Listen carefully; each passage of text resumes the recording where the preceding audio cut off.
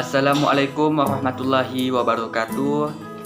Perkenalkan, nama saya Priyoga, NIM 12016025. Di sini saya akan menjelaskan materi tentang pasar persaingan sempurna, yang dimana dalam materi pasar persaingan sempurna terdapat 5 pokok pembahasan. Yang pertama yaitu pengertian pasar persaingan sempurna, yang kedua ciri-ciri pasar persaingan sempurna, yang ketiga syarat pemaksimuman keuntungan, yang keempat cara menentukan pemaksimuman keuntungan, dan yang kelima yaitu kebaikan dan keburukan dari pasar persaingan sempurna. Yang pertama yaitu pengertian pasar persaingan sempurna. Pengertian pasar adalah tempat atau mekanisme bertemunya kepentingan konsumen di satu sisi dengan kepentingan produsen di sisi lain. Oleh karena itu, pasar ini memiliki banyak fungsi bagi pelaku ekonomi, baik konsumen, produsen, bahkan pemerintah. Dan juga pasar berfungsi sebagai sumber informasi bagi konsumen, produsen, bahkan juga pemerintah. Pasar persaingan sempurna merupakan jenis pasar di mana tidak ada pelaku ekonomi yang mempunyai kekuasaan pasar terhadap harga suatu produk yang homogen. Pembeli maupun penjual tidak memiliki kekuatan untuk mempengaruhi harga pasar. Mereka hanya bertindak sebagai pengambil harga dan bukan sebagai pembuat harga. Dalam pasar persaingan sempurna, jumlah perusahaan sangat banyak dan kemampuan setiap perusahaan dianggap sedemikian kecilnya sehingga tidak mempengaruhi pasar. Yang kedua yaitu ciri-ciri dari pasar persaingan sempurna. Ciri-ciri pasar persaingan sempurna yaitu sebagai berikut. Yang pertama, perusahaan adalah pengambil harga. Pengambil harga atau price taker berarti suatu perusahaan yang ada di dalam pasar tidak dapat menentukan atau mengubah harga pasar.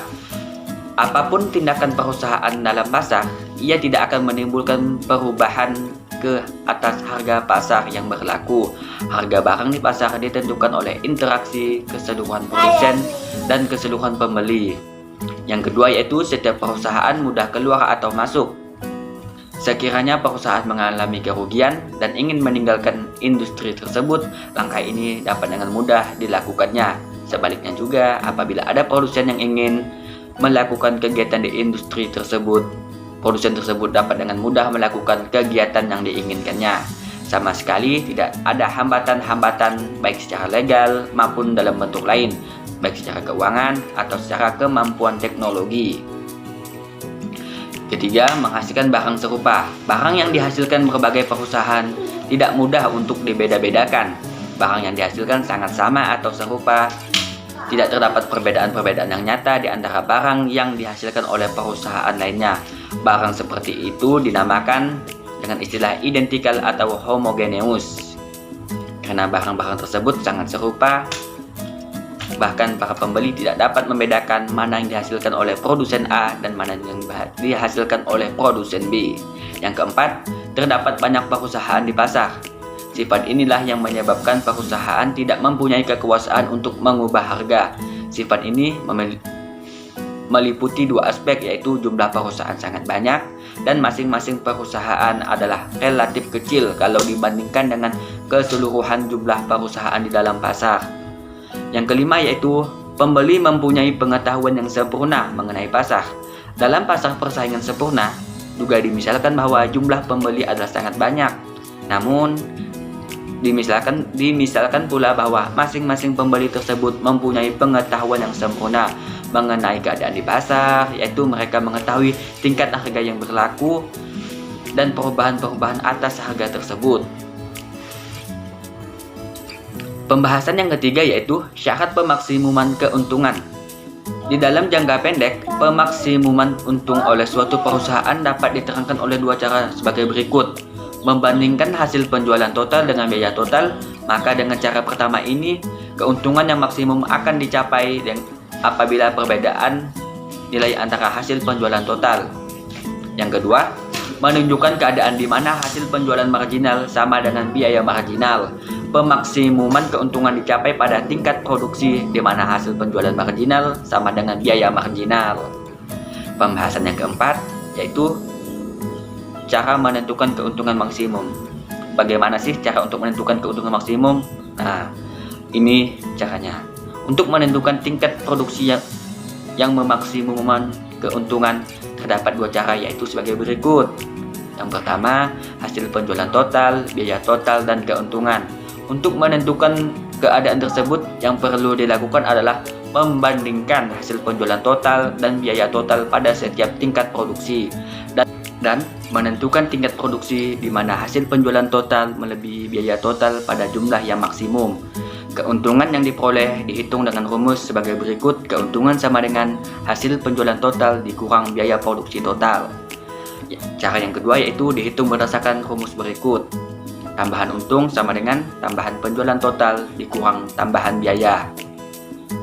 Dan pembahasan yang terakhir adalah kebaikan dan keburukan pasar persaingan sempurna. Adapun kebaikan dari pasar persaingan sempurna yaitu sebagai berikut. Yang pertama, persaingan sempurna memaksimumkan efisiensi. Telah dijelaskan bahwa di dalam jangka panjang, perusahaan dalam pasar persaingan sempurna akan mendapatkan untung normal, dan untung normal ini akan dicapai apabila biaya produksi adalah yang paling minimum. Dengan demikian, sesuai dengan arti efisiensi produktif yang telah dijelaskan dalam jangka panjang, efisiensi produktif selalu dicapai oleh perusahaan dalam persaingan sempurna. Yang kedua, bertindak dan kebebasan memilih. Persaingan sempurna menghindari wujudnya konsentrasi kekuasaan di segolongan kecil masyarakat. Di dalam pasar yang bebas, tidak seorang pun mempunyai kekuasaan dalam menentukan harga, jumlah produksi dan jenis barang yang diproduksikan. Begitu pula dalam menentukan bagaimana faktor-faktor produksi yang digunakan dalam masyarakat. Efisiensilah yang menjadi faktor yang menentukannya. Adapun keburukan dari pasar persaingan sempurna yaitu sebagai berikut. Yang pertama, persaingan sempurna tidak mendorong inovasi.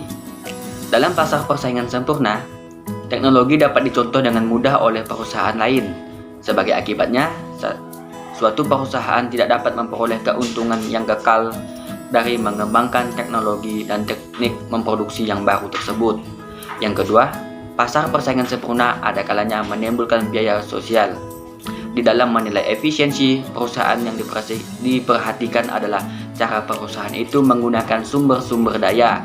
Ditinjau dari sudut pandangan perusahaan, penggunaannya mungkin sangat efisien, akan tetapi ditinjau dari sudut kepentingan masyarakat ada kalanya merugikan. Yang ketiga, membatasi pilihan konsumen.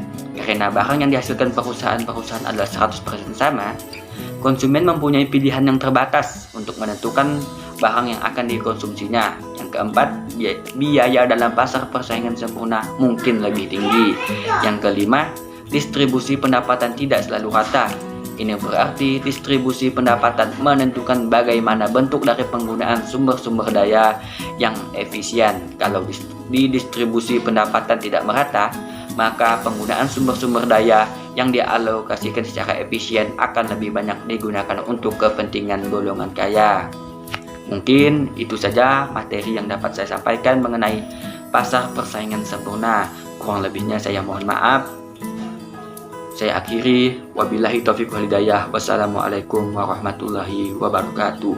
Saya Priyoga, NIM 12016025, undur diri. Sekian, terima kasih.